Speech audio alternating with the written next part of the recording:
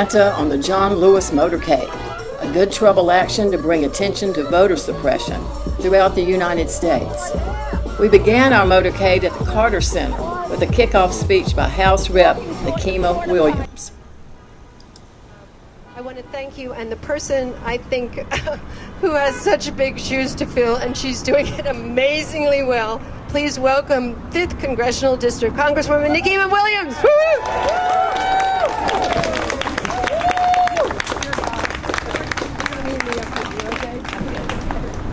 Hello, everybody.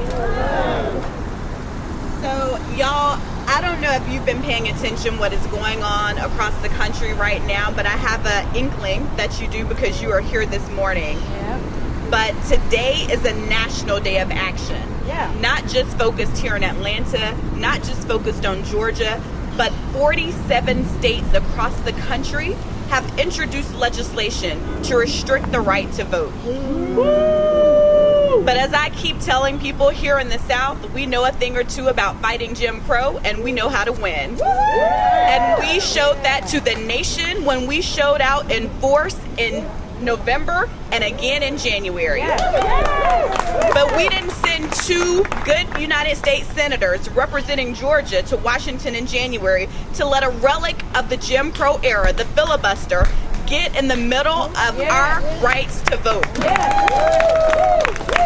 So as your Congresswoman representing Georgia's 5th Congressional District, succeeding my hero and my mentor and friend, Congressman John Lewis, I couldn't think of a better place that I wanted to be today, Bobby Paul. All right. Usually I think about this weekend and Mother's Day for Peace with Georgia Wand and everything. So this is a fitting opportunity to still be with some of my friends and co-conspirators for justice as we continue this work.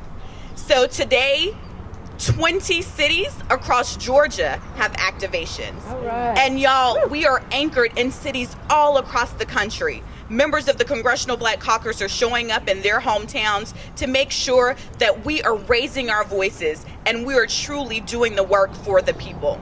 Because that's what this is about. It should not matter where you live in this country. Our right to vote should be standardized. That's why we need to make sure we pass H.R. 1 and H.R. 4, the For the People Act and the John Lewis Voting Rights Act. Because whether you are in my hometown of Alabama, whether you are right here in Georgia, whether you are in California, New York, Washington, D.C., because that's why I also supported D.C. statehood, your right to vote should be standardized. Your zip code should never get in the way of your constitutional rights. So I know that I don't have to tell you, because you are here today, so y'all are the true believers and you keep me grounded and focused, and I hear from you all of the time from your phone calls and your emails. But I'm going to do exactly what you guys are telling me to do. But what we need you to do is make sure that you're continuing to raise your voice to the United States Senate. Because we've already taken action in the House. We've taken action on climate change. We've taken action on police reform. We've taken action on voting rights. We've taken action on the Equality Act to make sure that LGBTQ people have the same rights as everyone else in this country. We've made sure that we stood up for paycheck fairness.